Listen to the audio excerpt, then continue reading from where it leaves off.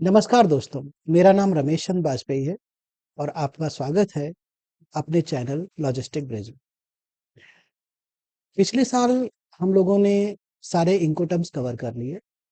कुछ लोगों ने कुछ टॉपिक्स दिए हैं कि इन टॉपिक्स पर भी मैं चर्चा करूं, आप लोगों से बात करूं। तो ये पहला वीडियो है मेरा पेमेंट टर्म्स को लेकर के। तो आज हम बात कर रहे हैं सबसे सेफ और सिक्योर माना जाने वाला payment term, letter of credit. Letter of credit इसलिए सबसे सिक्योर माना जाता है क्योंकि इसमें बैंक्स इन्वॉल्व होते हैं। बायर को भी रिस्क नहीं होता है कि उसने अगर एडवांस पेमेंट कर दिया है तो उसको कंसाइनमेंट मिलेगी, सिपर कब एक्सपोर्ट करेगा, ज्यादा टाइम तो नहीं लेगा। और एक्सपोर्टर को भी या सेलर को भी कोई ये रिस्क नहीं रहता कि हमने कंसाइनमेंट अगर डिस्पैच कर दिया और बायर ने पेमेंट नहीं किया तो हम उस कंसाइनमेंट का क्या करेंगे। एक और इम्पॉर्टेंट चीज है कि लेटर ऑफ क्रेडिट बेसिकली दो तरीके से काम करती है कि एक तरफ सेलर शिपमेंट डिस्पैच करता है जो डायरेक्टली बायर के कंट्री में जाती है या बायर के बताए हुए पोर्ट ऑफ डेस्टिनेशन पे पहुंचती है, और बैंक जो डील करता है उसको कंसाइनमेंट से कोई मतलब नहीं है कि कंसाइनमेंट कब पहुंच रही है क्या है। उसको केवल और केवल डॉक्यूमेंटेशन से मतलब है। मतलब कि जो एलसी की कंडीशंस हैं उन कंडीशंस के बेस पर ही डॉक्यूमेंटेशन होना चाहिए। अगर एक्सपोर्टर का डॉक्यूमेंटेशन कंप्लीट है, परफेक्ट है, तो बैंक उसको पेमेंट कर देगा। तो मैंने इस एलसी को कुछ पार्ट्स में डिवाइड करके आप लोगों को एक्सप्लेन करने के लिए एक इमेज की हेल्प ली है। तो आप लोग देख रहे हैं यहाँ पर एक एप्लीकेंट है जिसे हम बायर कहेंगे और एक बेनिफिशियरी है जो सेलर है। तो सबसे पहले एप्लीकेंट यानी बायर और सेलर के बीच में एक ट्रेड एग्रीमेंट होगा या सेल्स कॉन्ट्रैक्ट साइन होगा, जिसमें पेमेंट टर्म्स में ये कंडीशन डाली जाएगी कि payment will be under letter of credit through bank. तो एक बार ये सेल एग्रीमेंट कंफर्म हो जाएगा या फाइनलाइज हो जाएगा बायर और सेलर के बीच में, तो सबसे पहला काम होगा बायर का। बायर अपने बैंक के पास जाएगा जो एलसी इशू करेगा। तो एलसी इशू करने वाले बैंक को इशूइंग बैंक कहते हैं, और इशूइंग बैंक बायर से कोई कोलेट्रल लेगा इन टर्म्स ऑफ मनी। एक डिपॉजिट बायर से ले लेगा फिक्स अमाउंट कि जितने अमाउंट की एलसी है उतने अमाउंट का डिपॉजिट एटलीस्ट बैंक के पास अवेलेबल, और उसके बेसिस पर जो इशूइंग बैंक है वो एक एलसी इशू करेगा बेनिफिशियरी के बैंक, जिसको हम एडवाइजिंग बैंक कहेंगे।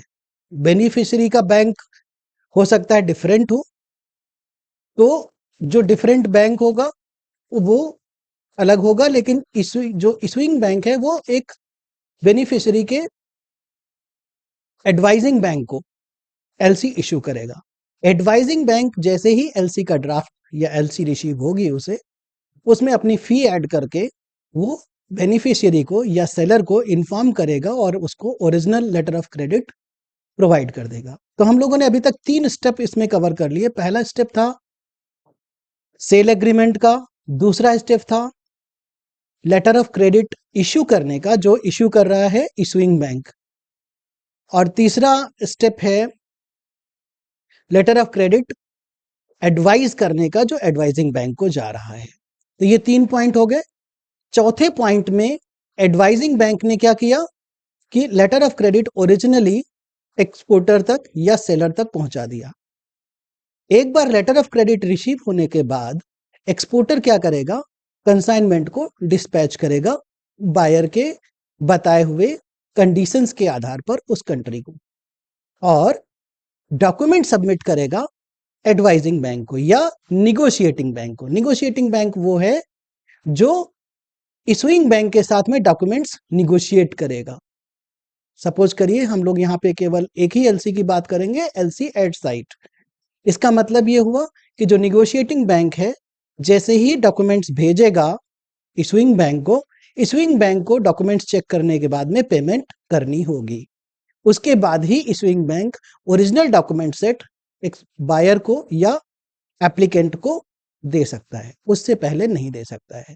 ये सारी ट्रांजैक्शंस अंडर यूसीपी 600, इसके बारे में हम किसी और वीडियो में विस्तार से चर्चा कर सकते हैं। इसमें आप इतना समझ लीजिए कि यूसीपी 600 वो गाइडलाइंस हैं जो एलसी कंडीशंस को कंट्रोल करती हैं, जिससे कि ना तो बायर को कोई लॉस हो और ना ही एक्सपोर्टर को कोई लॉस हो।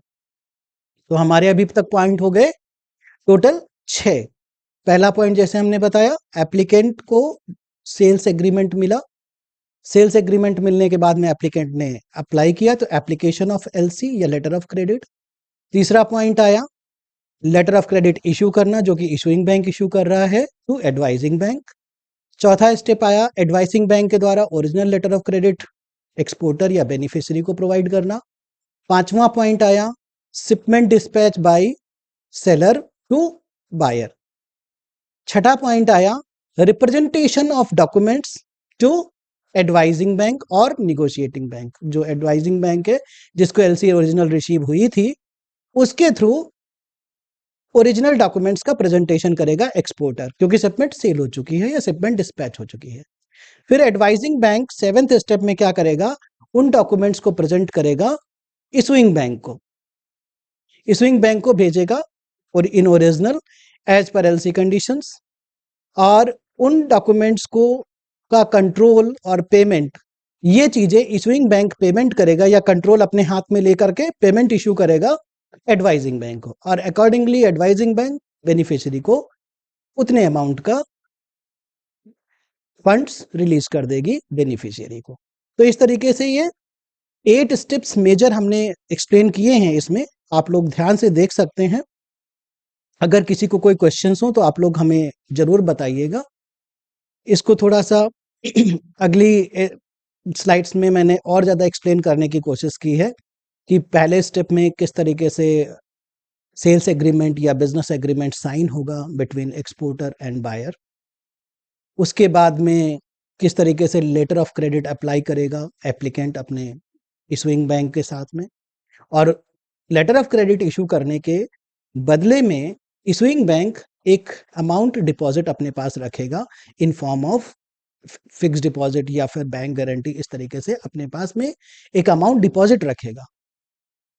फिर इसके बाद में इशूइंग जो इशूइंग बैंक है वो लेटर ऑफ क्रेडिट इशू कर देगा एडवाइजिंग बैंक को। एडवाइजिंग बैंक 4th स्टेप में अपना ओरिजिनल लेटर ऑफ क्रेडिट जो है वो स्विफ्ट के थ्रू बायर को भेज देगा। इसके बाद में जो सेलर है वो सेलर शिपमेंट को डिस्पैच कर देगा बायर के लिए एज पर एलसी कंडीशंस, और सारे डॉक्यूमेंट्स भी उसी तरीके से तैयार करेगा जैसा एलसी में तैयार होता है, और प्रेजेंटेशन करेगा ओरिजिनल शिपिंग डॉक्यूमेंट्स का। सेलर अपनी invoice, packing list, bill of lading या दूसरे सर्टिफिकेशंस जो भी रिक्वायर्ड होंगे बायर के द्वारा, वो सारे डॉक्यूमेंट सबमिट करेगा अपने निगोशिएटिंग बैंक को या एडवाइजिंग बैंक को। और उसके बाद में जब ओरिजिनल डॉक्यूमेंट सारे चेक करने के बाद एडवाइजिंग बैंक उन डॉक्यूमेंट्स का सेट बना करके ओरिजिनल इशूइंग बैंक को इशू कर देगा, भेज देगा। इशूइंग बैंक उन डॉक्यूमेंट्स पे कंट्रोल तभी लेगा जब वो पेमेंट एलसी अमाउंट के इक्विवेलेंट एडवाइजिंग बैंक को भेज देगा टू बेनिफिशियरी अकाउंट। इसके बाद में उन डॉक्यूमेंट्स का कंट्रोल लेने के बाद में इशूइंग बैंक बायर को या एप्लीकेंट को इन्फॉर्म करेगा कि आपके ओरिजिनल डॉक्यूमेंट्स हमें रिसीव हो गए हैं और अब आप इनको रिलीज कर सकते हैं, अपनी कंसाइनमेंट रिलीज करा सकते हैं।